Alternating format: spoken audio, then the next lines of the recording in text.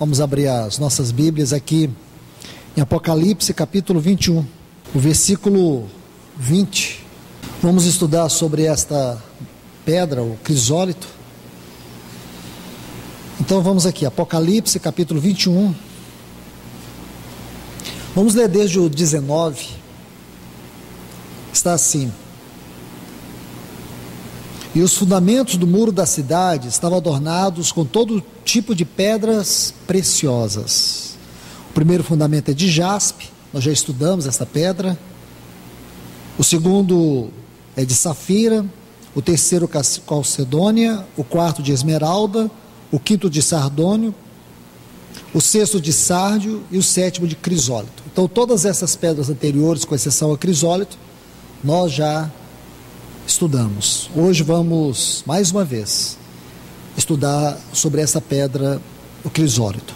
Conforme está aqui no versículo 14 de Apocalipse 21, é importante vocês guardarem esse texto, porque ele é uma chave para entendermos o estudo das pedras preciosas. Olha o que diz o versículo 14. O muro da cidade tinha 12 fundamentos, sobre eles os 12 nomes dos 12 apóstolos do Cordeiro.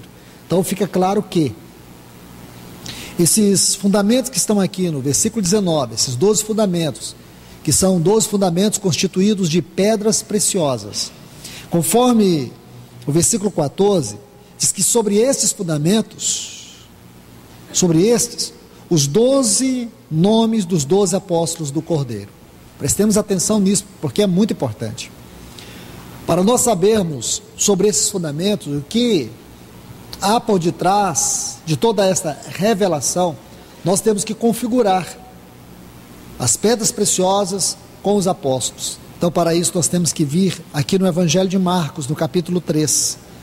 A partir do versículo 16, aí você tem que fazer essa lista com os nomes dos apóstolos. Está assim: designou os 12, Simão, então quer dizer que Simão é a pedra de jaspe. Simão, a quem pôs o nome Pedro, Tiago, filho de Zebedeu, e João, irmão de Tiago. Então nós temos aqui o jaspe, a safira, a calcedônia. Esta é a lista. Nos quais pôs o nome de Boanerges, que significa filho de trovão. Agora temos André, Filipe, Bartolomeu e Mateus. Mateus corresponde à pedra que nós estamos estudando, o crisólito. Então agora vamos orar. Amado Deus e Pai, no eterno nome do Teu Filho Jesus, nós queremos colocar esse tempo debaixo da Tua graça, pedindo a Ti que Teu Espírito Santo encontre aqui a liberdade de derramar a revelação da Tua palavra. Senhor, nós precisamos tanto de Ti, Senhor, para poder tocar não a letra, mas a vida da Tua palavra. Por isso te rogamos aqui como Tua igreja neste lugar. Abra os Teus céus sobre nós. Revela a Tua mente, revela a Tua sabedoria, derrama a Tua unção, derrama vida, derrama cura, arrependimento, quebrantamento pela vida da Tua palavra. Nós te rogamos nesta noite, em nome do Teu Filho Jesus. Amém.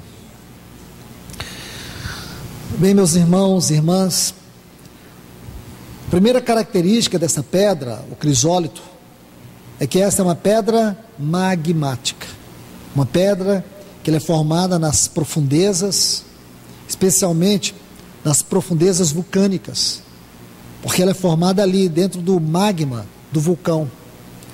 Então isso mostra para nós duas coisas: para que essa pedra ela possa ser formada, ela tem que passar pela pressão e pelo calor. Pressão e calor. É assim que uma pedra preciosa é formada.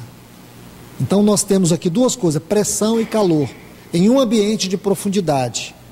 Então, dentro de um ambiente de profundidade, nós temos a pressão e o calor. Aqui tem três características da vida cristã: a profundidade e a pressão e o calor constitui os métodos pelos quais Deus vai formar Cristo em nós. Nós vivemos dentro de um contexto onde se é pregado o evangelho indolor. O cristão não pode sofrer. O cristão pode sofrer sim, ele tem que sofrer. Ele sofre por causa dos seus pecados, e quando ele sofre por causa dos seus pecados, Deus quer levá-lo ao arrependimento. O cristão também pode sofrer por causa do seu ego. Um cristão que sofre por causa do ego, Deus quer levá-lo ao quebrantamento. Mas o cristão também ele pode sofrer por Cristo.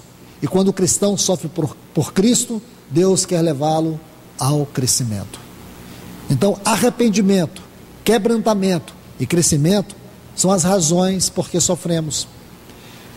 E no último estudo nós vimos isto à luz do livro de Jó. Tomamos o texto que já foi citado hoje, 2 Coríntios 4:17. Estudamos ali as palavras-chave que constituem esse texto. E nossa conclusão foi sobre a vida de Jó. O sofrimento mais a palavra de Deus produz um caráter transformado.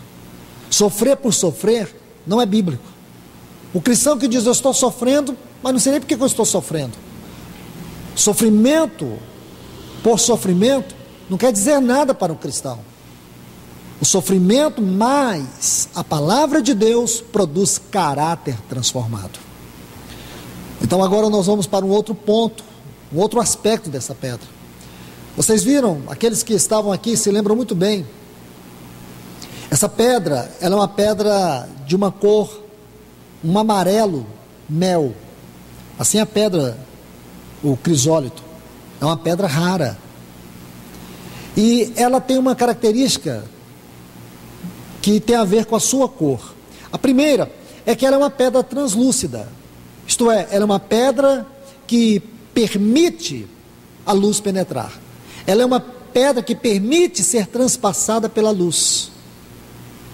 Este assunto nós já abordamos em outras pedras.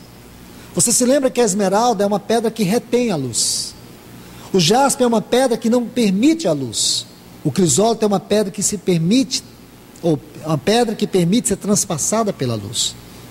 Mas essa cor amarelada tem a ver com a quantidade de ferro que essa pedra tem.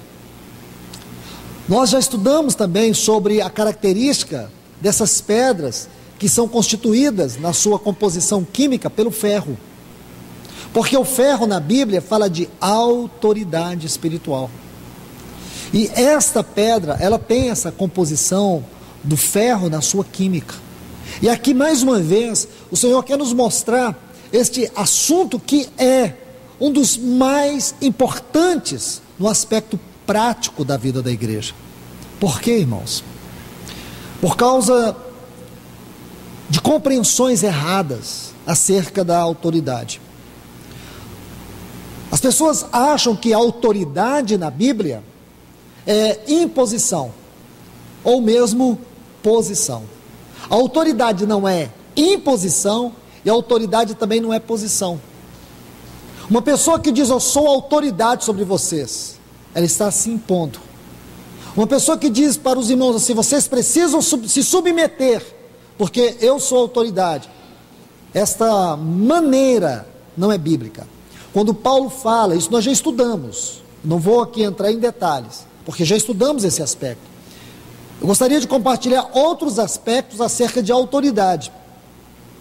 Quando Paulo trata do assunto de autoridade, em 2 Coríntios capítulo 10, ele vai dizer que a autoridade que ele recebeu do Senhor é para servir.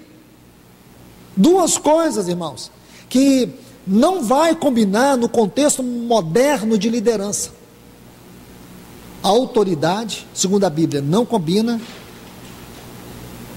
dentro do contexto moderno de liderança cristã. E também a palavra servir. Essa palavra vem de um vocábulo no original que é doulos. A tradução é escravo. Como que uma pessoa pode exercer autoridade como escravo? Me respondam. Como alguém pode dizer, eu sou uma autoridade, e eu uso a minha autoridade como escravo?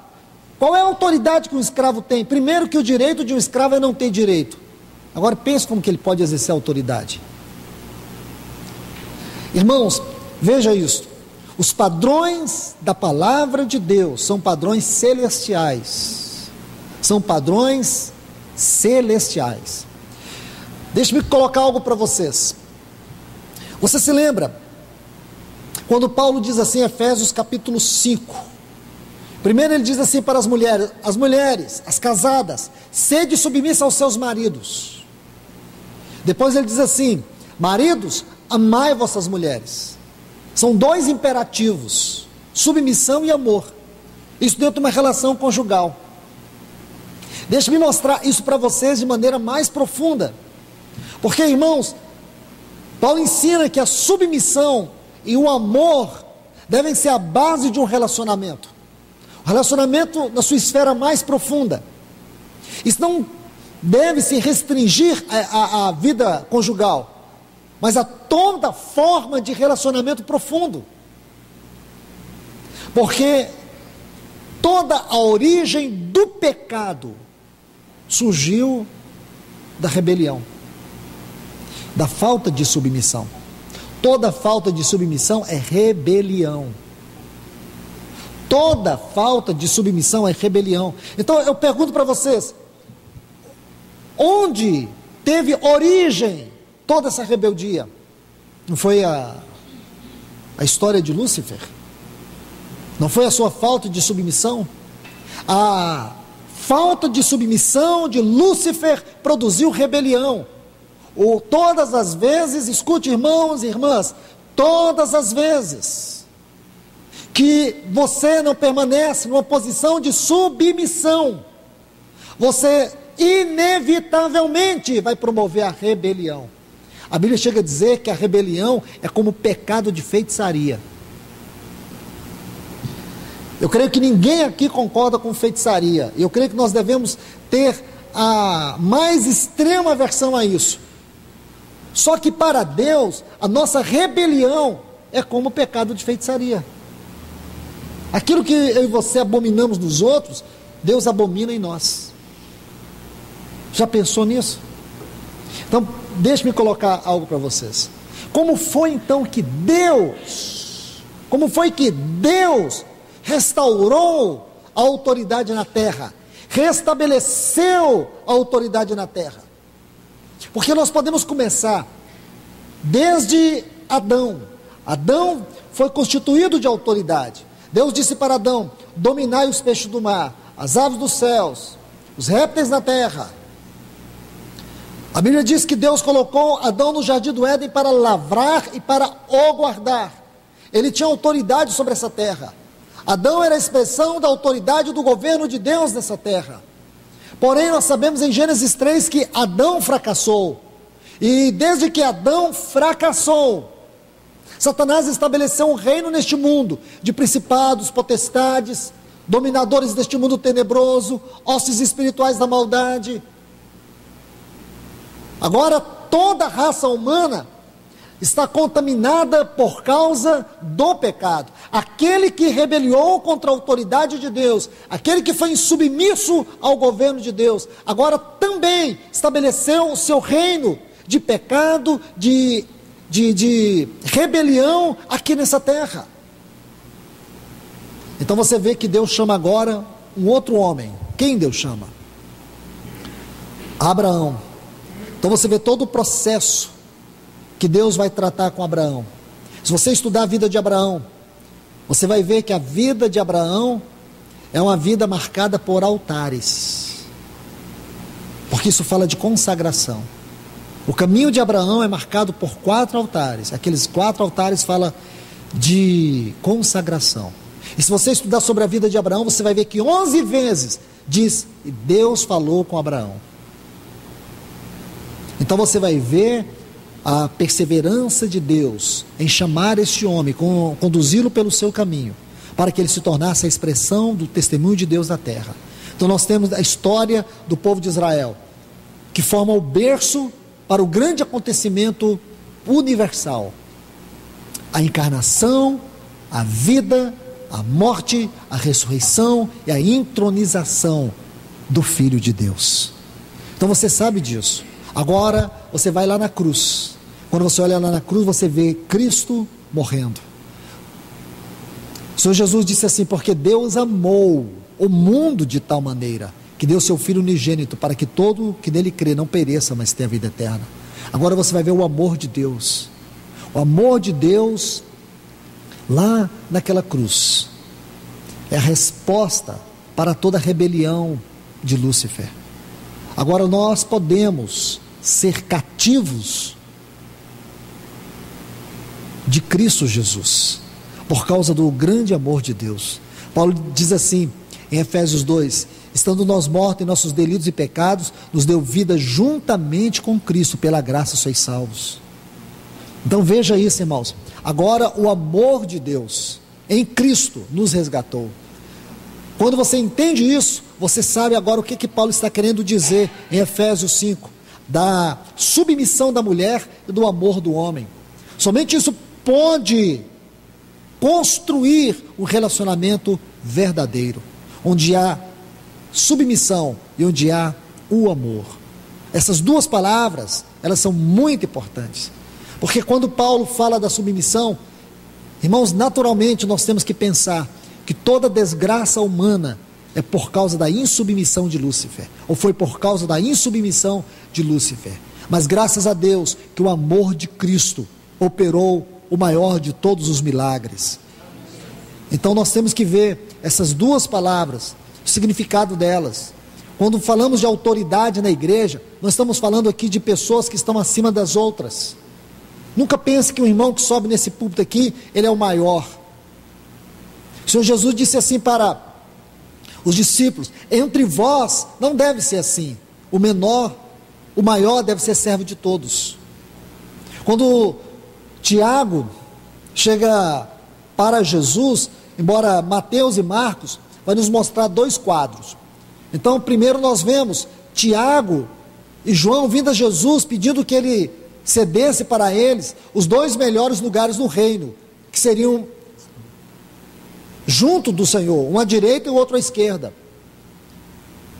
Aí depois nós temos a mãe deles fazendo esse pedido. Então nós podemos entender que, primeiro, pode ser mesmo que tenha sido a mãe ou que tenha sido eles, porque isso não é o ponto preponderante. O ponto preponderante era o que estava no coração deles. A discussão aqui não é que se foram eles ou a mãe. O ponto importante aqui é o que estava no coração deles, é ter os melhores lugares. O que o Senhor Jesus disse? Esses lugares foram concedidos por aqueles os quais o Pai escolheu. Aí o Senhor Jesus faz uma pergunta para eles: podeis vós beber o cálice que eu bebo?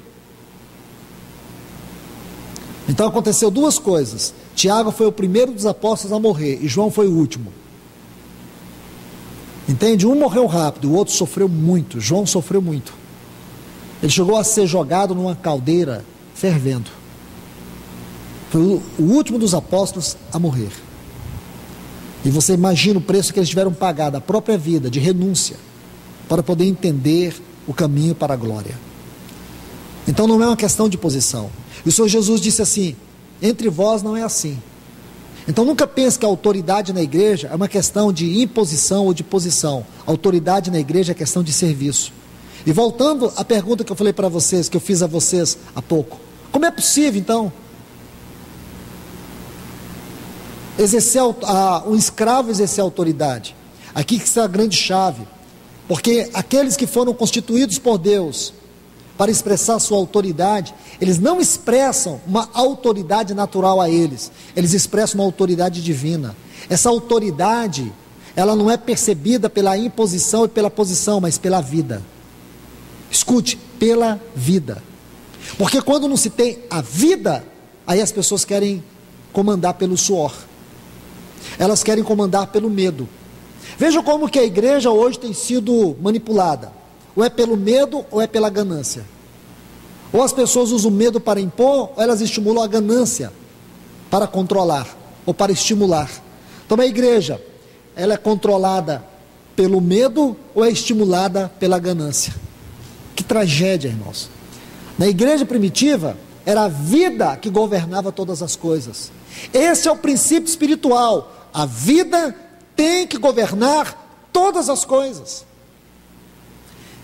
Alguém que não entende isso deve imaginar: irmão, mas como é possível a igreja caminhar sem que haja uma autoridade sobre ela? A autoridade ou cabeça sobre a igreja não é o homem. O cabeça, né?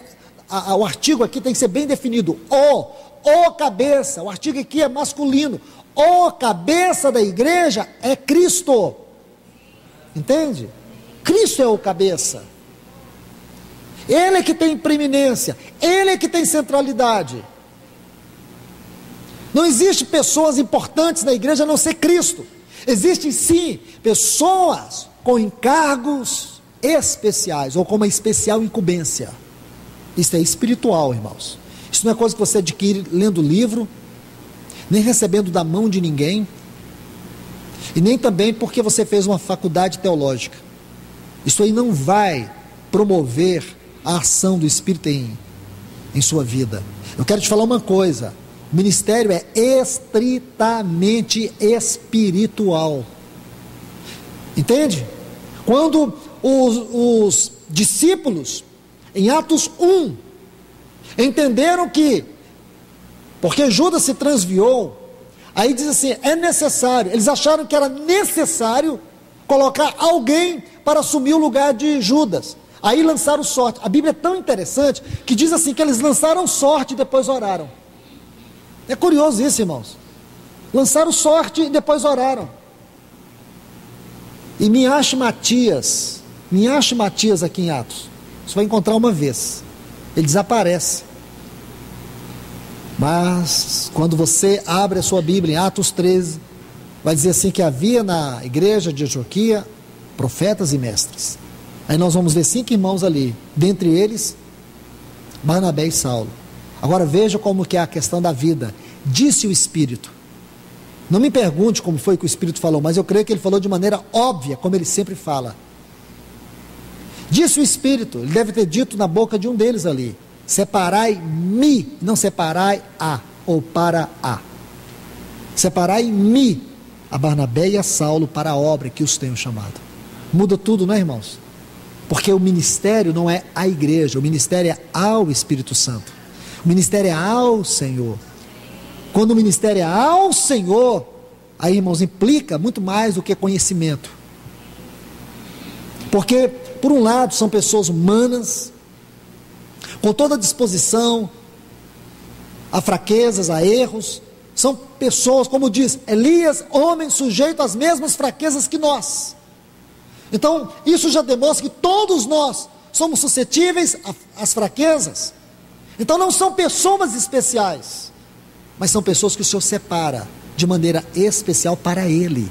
Essas pessoas precisam relacionar primeiro com Deus. Precisam aprender que a chave para o ministério eficaz não está no conhecimento, está na vida. A chave para o ministério eficaz é estar aos pés do Senhor, é ouvir do Senhor, é conhecer o Senhor, é relacionar com o Senhor. Porque quando você é tentado a crescer na igreja, na vida da igreja, a aceitar aplauso das pessoas, irmãos, e tem uma estrada sem fim por esse caminho. Você pode seguir, mas é morte. Aí as pessoas querem o seu nome em tudo quanto é lugar. As pessoas ficam muito preocupadas se como ele está sendo visto, avaliado. Isso é carne, isso é morte, isso é destruição. Que adianta você ter nome que vive, mas está morto? Que adianta você não comunicar vida? Que adianta você não tocar a realidade da palavra? Que adianta, irmãos? Fama, posição, isso não é autoridade. Satanás, escute, Satanás está disposto a andar de mãos dadas conosco, se nós estivermos dispostos a renunciar a essa verdade. Ele tentou isso com Jesus. Ele disse: te darei todos os reinos deste mundo, se prostrado me adorares. Ele daria glória para Jesus, se Jesus estivesse prostrado diante dele. Ele tentou Jesus a alimentar as pessoas, transformando pedras em pães, para que Jesus fosse um líder popular. Ele levou Jesus para o pináculo do templo, pediu e ordenou, disse: lança-te daí abaixo, porque aos teus anjos dará ordem a teu respeito. porque ele queria fazer de Jesus um líder espetacular. Depois mostrou os reinos deste mundo e disse: tudo isso te darei, porque me foi entregue. Se prostrado me adorares. Queria fazer de Jesus um líder cheio de glória. Então veja, fazer dele um líder popular, espetacular, um líder poderoso. Ele não quis. Jesus nunca aceitou o aplauso do homem, nunca aceitou glória de homem, nunca aceitou testemunho de homem. Quem dava testemunho dele era o Pai, eram as suas obras, era a vida, era o Espírito. Entende, irmãos? Agora, esse caminho é você andar na contramão de tudo que está aí hoje, de tudo que você pensa de igreja, de ministério, de tudo, irmãos. Esse caminho é diferente. Escrever livro para vender, pensa, irmãos. Estou criticando quem escreve, não, cada um tem seus motivos, mas não acho que isso seja bíblico. Se promover em cima de livro, se promover em cima de tanta coisa, irmãos, usar a igreja para benefício próprio, enriquecer em nome da igreja, isso não é bíblico, isso não é de Deus. Isso é uma forma de usurpar o dom. Então, irmãos, vamos entender um pouco sobre essa questão de autoridade espiritual. Existem dois exemplos que eu quero mostrar para vocês, o quanto esse assunto é sério. No primeiro estudo que compartilhei com vocês, eu mostrei o que é autoridade espiritual. Falamos um pouco sobre isso. Agora, dentro deste mesmo assunto, eu quero amplificar um pouco mais, para lhes mostrar o perigo de nós nos opor à autoridade espiritual.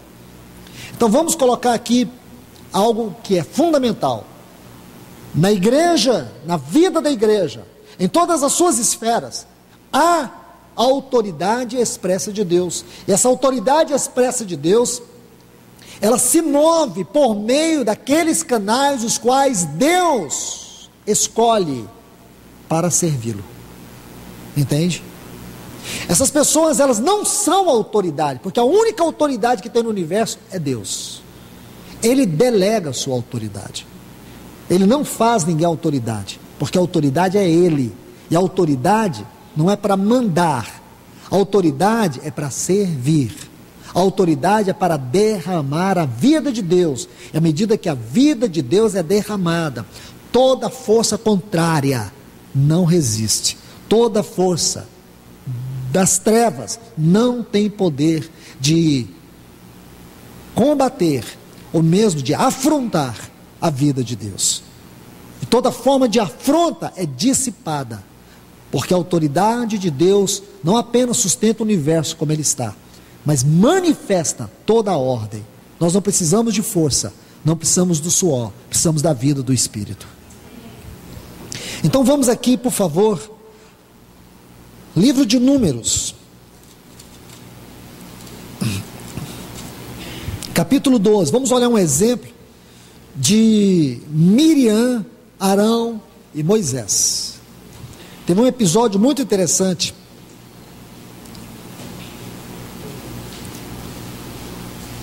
Quando o povo de Israel saiu do Sinai, eles passaram por duas estações.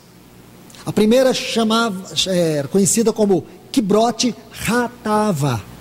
Kibrote Hatava. A tradução dessa palavra é túmulos da cobiça. Aí depois que eles saíram dessa estação Kibrote Hatava, eles foram para uma estação conhecida como Hazerote.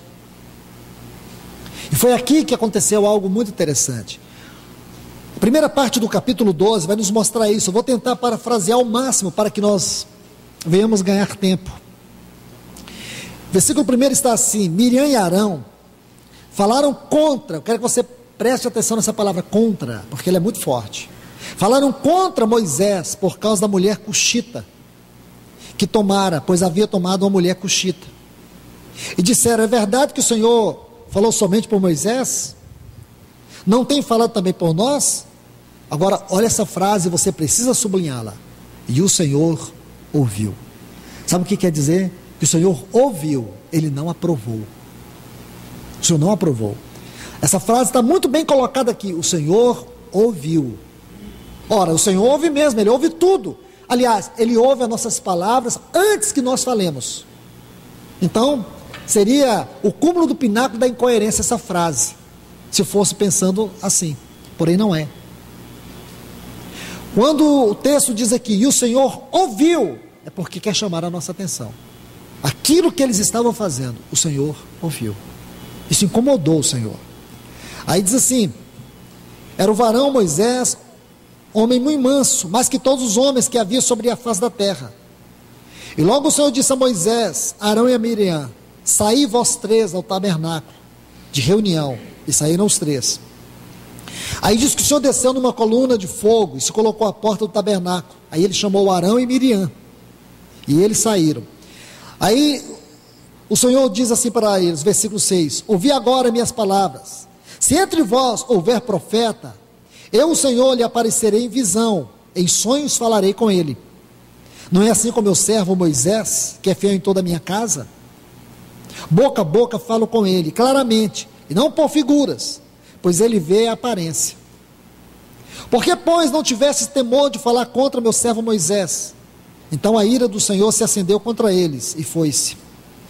Aí, versículo 10, diz assim, a nuvem se desviou de sobre o tabernáculo, e eis que Miriam estava leprosa, branca como a neve. E olhou Arão para Miriam, e eis que estava leprosa. Então vamos parar por aqui. Então vocês já viram todo o quadro. Miriam e Arão, eles se rebeliam contra Moisés, e começam a falar contra Moisés.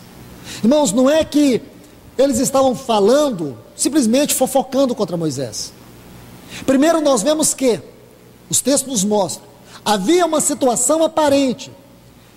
Miriam estava intrigada porque Moisés havia tomado aquela mulher cuxita como esposa. Aquilo deixou ela incomodada, mas o problema real não era esse.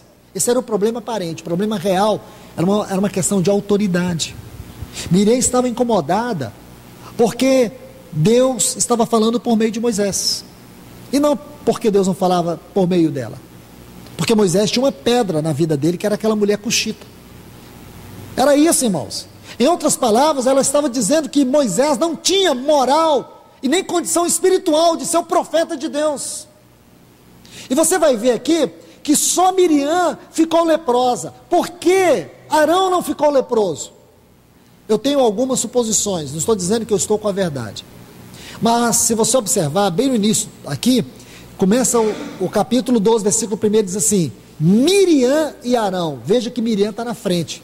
Isso indica que ela deve ter sido a causadora de tudo isso.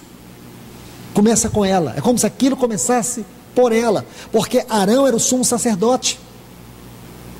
Então, se você pensar em expressão, Arão, espiritualmente falando, tinha uma expressão mais proeminente em serviço do que Miriam. Ela era apenas a irmã de Moisés, agora Arão era o sacerdote. Mas por que Miriam aparece na frente? Porque com absoluta certeza, isso estava no coração dela e ela inflamou Arão. Arão era apenas o coadjuvante, mas aquela causadora era Miriam.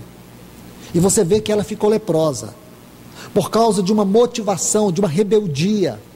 Aí, irmãos, o texto que eu quero chamar a atenção de vocês está aqui, no versículo 15.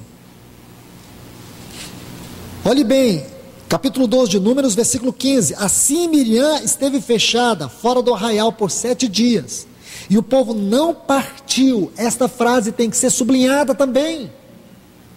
Enquanto Miriam não se recolheu de novo.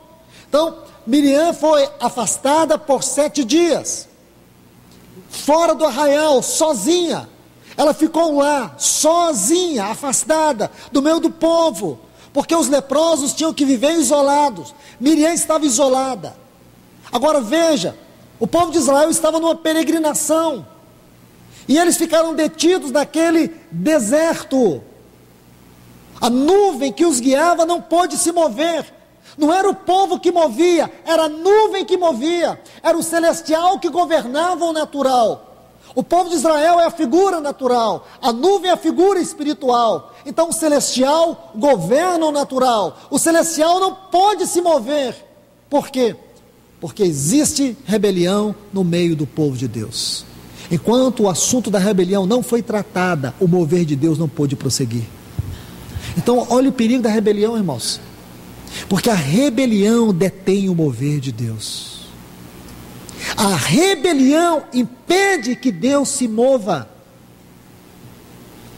Toda forma de rebelião, toda forma de rebelião afeta a esfera e a realidade celestial na vida da igreja. Estão ouvindo, irmãos? Isso é sério. Porque nós, escute bem, nós somos rebeldes por nascimento. A rebelião é algo que está constituída no nosso ser. Ou alguém aqui nasceu bonzinho, alguém aqui nasceu salvo. Ninguém nasceu salvo, todos nós nascemos pecadores condenados. Entende? Éramos por natureza filhos da ira. Agora você percebe, Deus nos tirou do império de trevas, nos transportou para o reino do seu Filho. A grande característica da vida e da obra do Senhor Jesus foi a obediência. Obediência. Sabe qual era a grande característica de Adão? A humildade, porque a humildade é a beleza da santidade.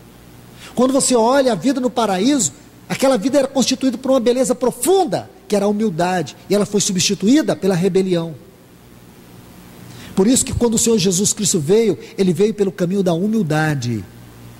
Ele veio pelo caminho da humildade, porque Ele não apenas tinha que vencer o pecado, mas Ele tinha que vencer toda a rebelião.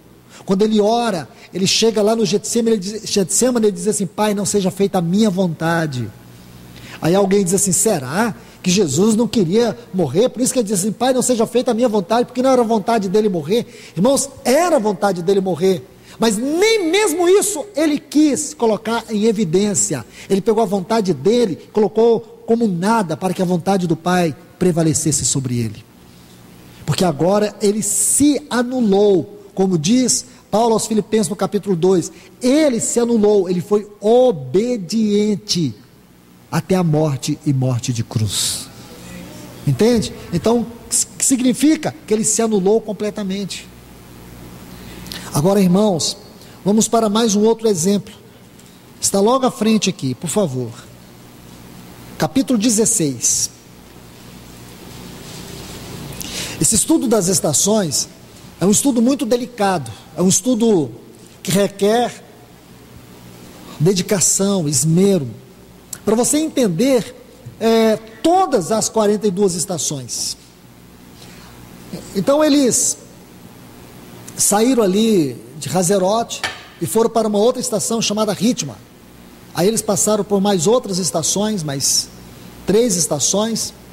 Aí chegaram aqui nessa estação do capítulo 16. O nome dessa estação é Quelata. Quelata. A tradução dessa palavra é assembleia. Assembleia. O que é mais curioso, irmãos, eu não vou dizer a palavra aqui curioso, vou retirar ela. O que é mais impressionante é quando você consegue configurar os acontecimentos aqui no Pentateuco com as jornadas. Você vai lá em Números 33, escreve todas elas. Então fica fácil, porque a primeira estação é Ramsés. Então você começa ali com os primeiros adventos. Até a 12ª é muito simples. Aí depois requer um exercício muito delicado para você configurar cada uma delas. Esta aqui do capítulo 16 é Quelata, é a 19ª estação. Aqui aconteceu algo e eu quero que vocês prestem bastante atenção. Veja, versículo 1. E Coré, filho de Izar, filho de Coate, filho de Levi, olha aqui essa frase, filho de Levi, é muito importante você observar isso. Tomou consigo Datã e Abirão, preste agora atenção novamente, filhos de Eliabe, Ion, filho de Pelete, filhos de Ruben. Então você vê aqui 2 das principais tribos de Israel. A tribo de Levi era a tribo que detinha o sacerdócio, era uma tribo consagrada. De todas as tribos de Israel, os levitas, eles eram consagrados para todo o serviço no tabernáculo. Era uma tribo especial. E Ruben também, porque Ruben era o primogênito. Essa tribo era uma tribo de grande significado e peso, que tinha ali entre eles, porque Ruben era o primogênito. Então os conselheiros de Moisés, aqueles que se juntaram a Moisés no conselho, boa parte, ou grande parte deles, eram estes homens aqui. Estes homens eram anciãos proeminentes aqui de Israel. É isso que você tem que prestar atenção. Se você não capturar isso, você vai perder todo o significado desse capítulo. Versículo 2: e levantaram-se perante Moisés, uma frase também muito importante, levantaram-se. Sabe o que significa? Eles se exaltaram diante de Moisés, com 250 homens dos filhos de Israel. Veja, uma assembleia constituída aqui, uma segregação dentro da congregação. Príncipes da congregação chamados, eu não sei, mas acho que na sua versão está assim, eleitos, chamados, quer dizer, 250 príncipes, somados com Datã, Coré e Abirão, que eram homens de grande proeminência.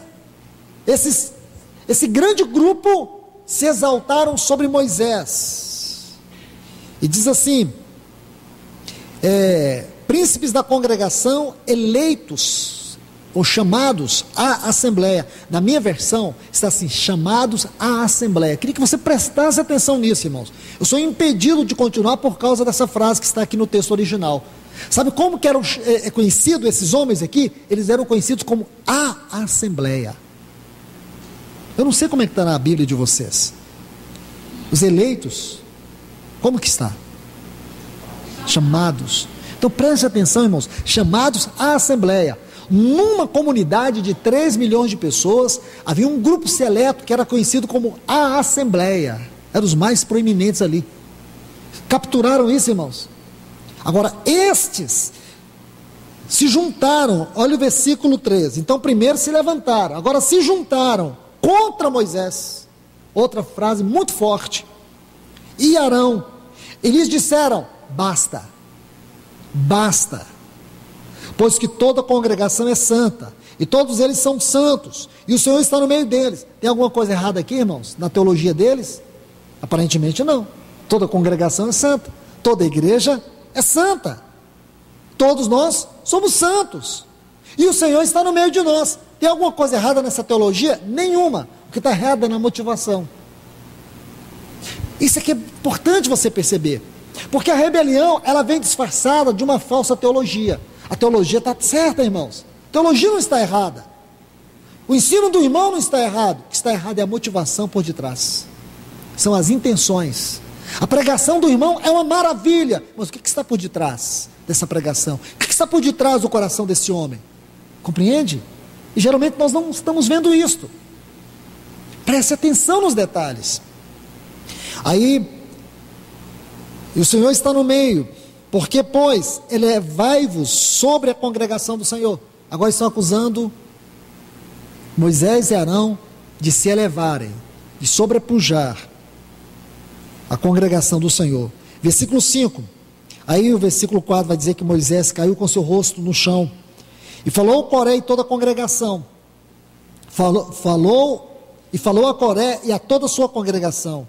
Amanhã pela manhã, o Senhor fará saber quem é seu e quem é santo, e que fará chegar até ele.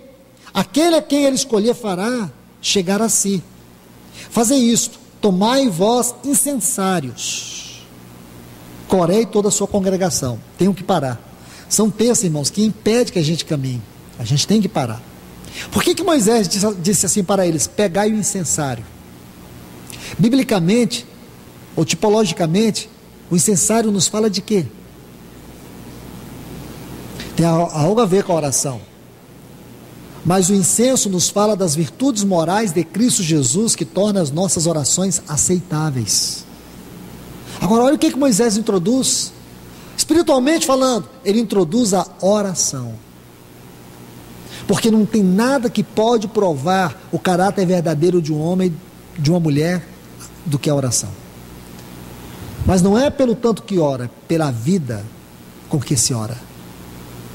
É aqui que você vai perceber, porque muitas pessoas podem bater no peito e dizer assim, eu oro.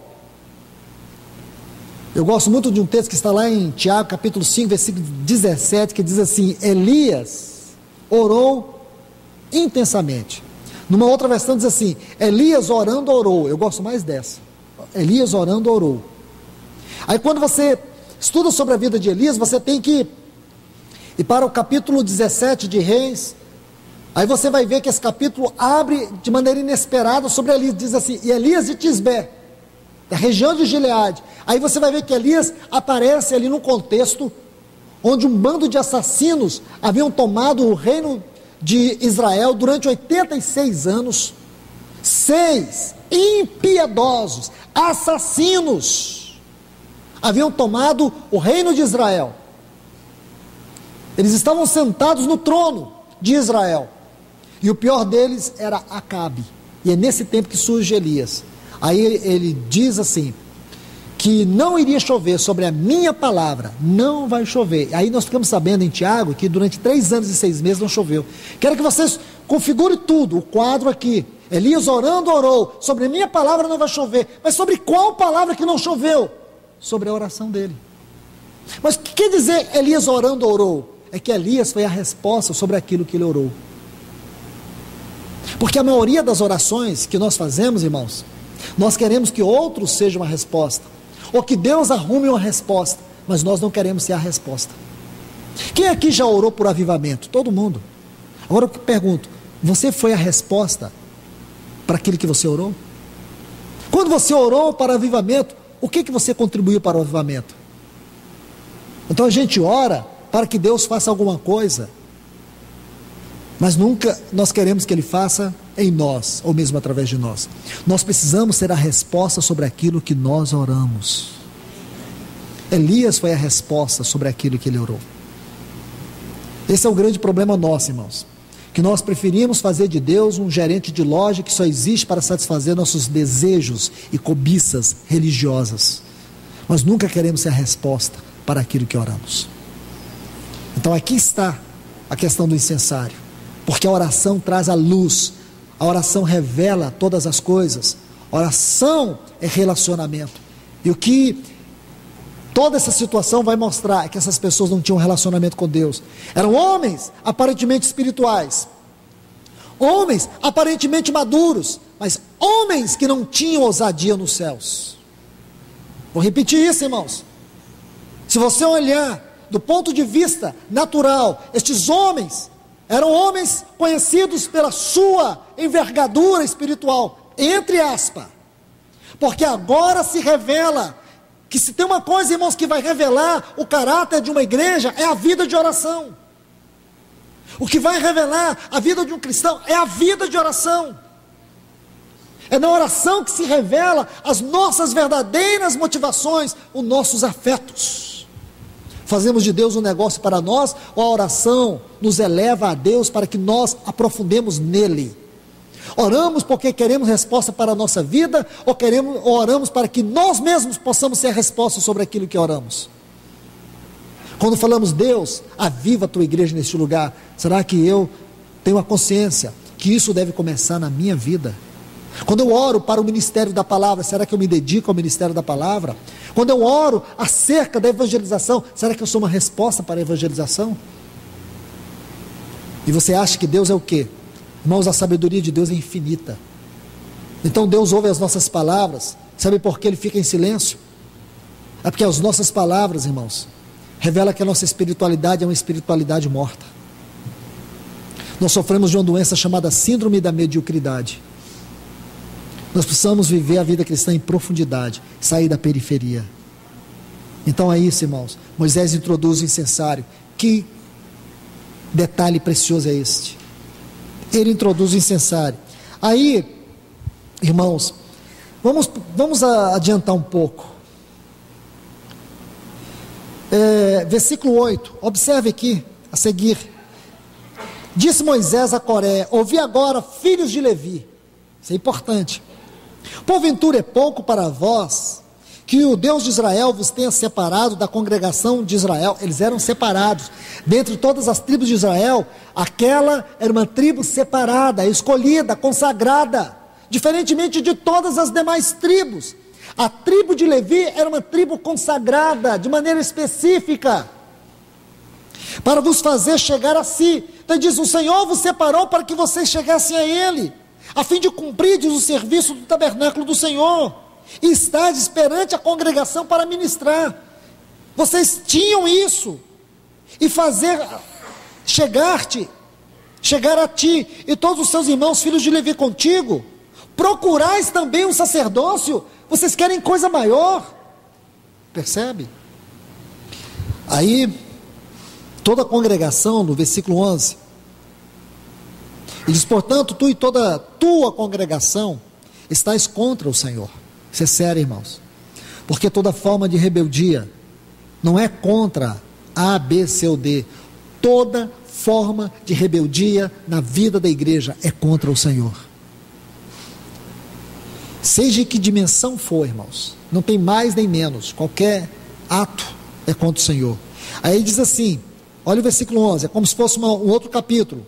Enviou a Moisés mensageiro para chamar Datã e Abirão. Aí o que eles dizem? Olha embaixo: não subiremos. Eles responderam: não vamos. Porventura é pouco que nos fizeste subir de uma terra que mana leite e mel, isso é, do Egito. A única coisa que nós sabemos é que lá no Egito só tinha comida amarga. No Egito não mana leite e mel. Nos fizeste subir de uma terra que mana leite e mel para nos fazer morrer no deserto. Morrer no deserto, irmãos. Alguém morreu no deserto? Só morreram os rebeldes. Pelo que nós sabemos lá no Salmo 105, é que até a sandália dos pés das criancinhas crescia à medida que o pé crescia, e a roupa não envelhecia. Pela manhã caiu o maná. Quando eles queriam comer carne, Deus mandava cordonizes. Quem já foi no deserto sabe muito bem. De dia o sol é de rachar, à noite o frio é abaixo de zero. Então de dia Deus guardava eles debaixo de uma nuvem, e à noite Deus aquecia eles com uma coluna de fogo. É ruim, irmãos, essa vida? É porque nós temos uma tendência quase que natural a banalizar a presença de Deus. Por isso nós temos que orar todos os dias e dizer: Senhor, enche-me do teu Espírito. Não permita que eu me acostume com a tua presença. Por isso que a cruz, por meio dos sofrimentos, se faz tão necessária na nossa vida, irmãos, porque ela nos corta na medida certa. Aí eles vão fazendo todas essas acusações. Aí o versículo 14: tampouco nos trouxeste a uma terra que mana leite e mel, nem nos deste em herança campos e vinha. Arrancarás os olhos a estes homens? Não subiremos. Olha a rebeldia, irmãos. Versículo 16: disse Moisés a Coré. Agora é Moisés e Coré, já é um outro capítulo. Tu e toda a tua congregação, ponde-vos perante o Senhor, tu e eles e Arão amanhã, e tomai cada um incensários. Está vendo aqui? Versículo 19: e Coré fez reunir contra eles toda a congregação à porta do tabernáculo, da reunião. Agora veja: então a glória do Senhor apareceu a toda a congregação. Você se lembra aqui, irmãos, capítulo 12, aqui do livro de Números, versículo 5: então o Senhor desceu numa coluna de nuvens. Está vendo aqui? Agora, volte aqui no versículo 10 do capítulo 13: porém a glória do Senhor apareceu no tabernáculo. Está vendo aí? A glória do Senhor apareceu no tabernáculo. Observe isto. Versículo 11: e disse o Senhor a Moisés: até quando me provocará este povo? Até quando não crerão em mim? Aí vamos às consequências. Eu estou lendo outro capítulo, vocês acreditam? Estou lendo o 14, que é um outro ato de rebelião que a gente não está falando. Me perdoe, irmãos. Eu estou lendo aqui o capítulo 14, a rebelião de Ritma, que era outro que eu queria falar, mas não vai dar tempo, a gente não pode nem pensar em entrar aqui. Voltemos aqui, versículo 19: então a glória do Senhor apareceu a toda a congregação, e o Senhor falou a Moisés e Arão: apartai-vos do meio dessa congregação, e os consumirei num só momento. Está vendo aqui as palavras do Senhor? Aí, vou adiantar porque nosso horário já terminou. Aí o que aconteceu, irmãos? Deixa eu parafrasear para vocês. Moisés intercede por eles. Moisés diz assim: pecará um homem, e o Senhor vai destruir toda essa congregação? Sabe o que Deus fez? Nem deu ouvido a Moisés. O Senhor segue no seu juízo. Aí, quando Moisés percebeu isso, a Bíblia diz que ele se levanta e ele sai. Quando Moisés sai, os anciãos saem atrás dele.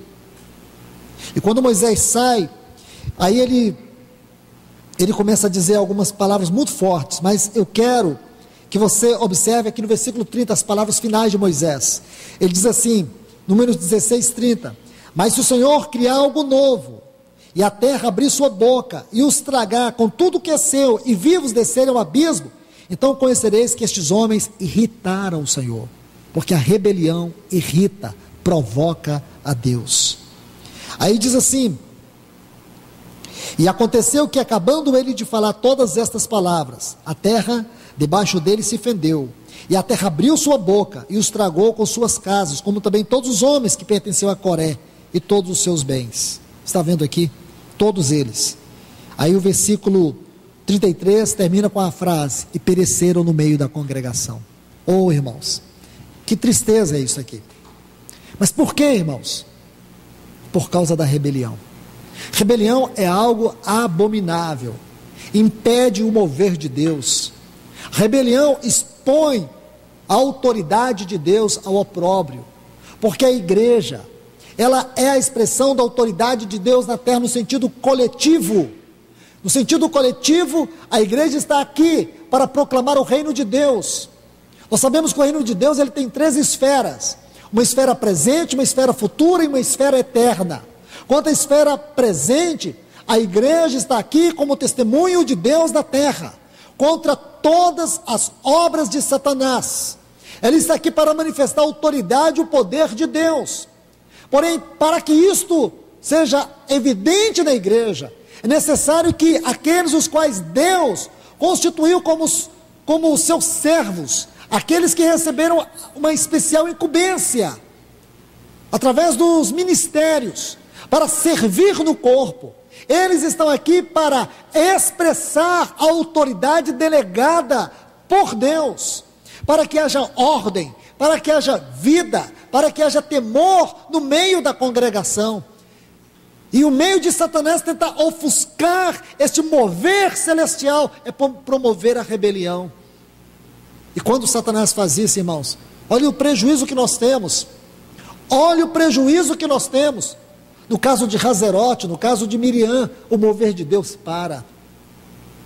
No caso aqui em Quelata, nós temos toda uma congregação contaminada.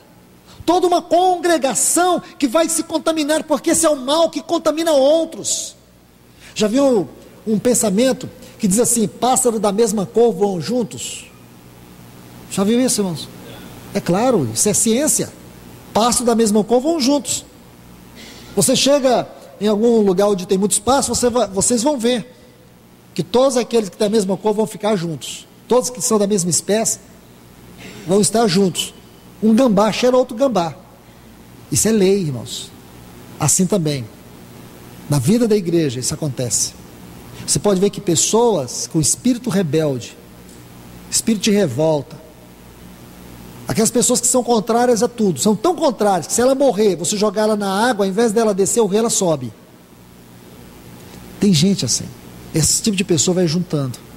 Então, irmãos, saiam do meio desse tipo de relacionamento, porque o relacionamento da rebeldia, ele contamina outros. É perigoso, irmãos. Nós estamos falando de uma pedra preciosa que nos ensina este princípio. Essa é uma pedra translúcida. Essa é uma pedra que ela contém o ferro fala de autoridade espiritual. Na esfera presente do reino de Deus, nós estamos aqui para expressar esse reino. Na esfera futura, nós reinaremos com Cristo por 1000 anos. Na esfera eterna, expressaremos o seu governo eternamente. Isso que está lá na Nova Jerusalém, nos capítulos 21 e 22 de Apocalipse. É a esfera eterna do reino de Deus. Então nós temos que entender que o caminho é o caminho da submissão.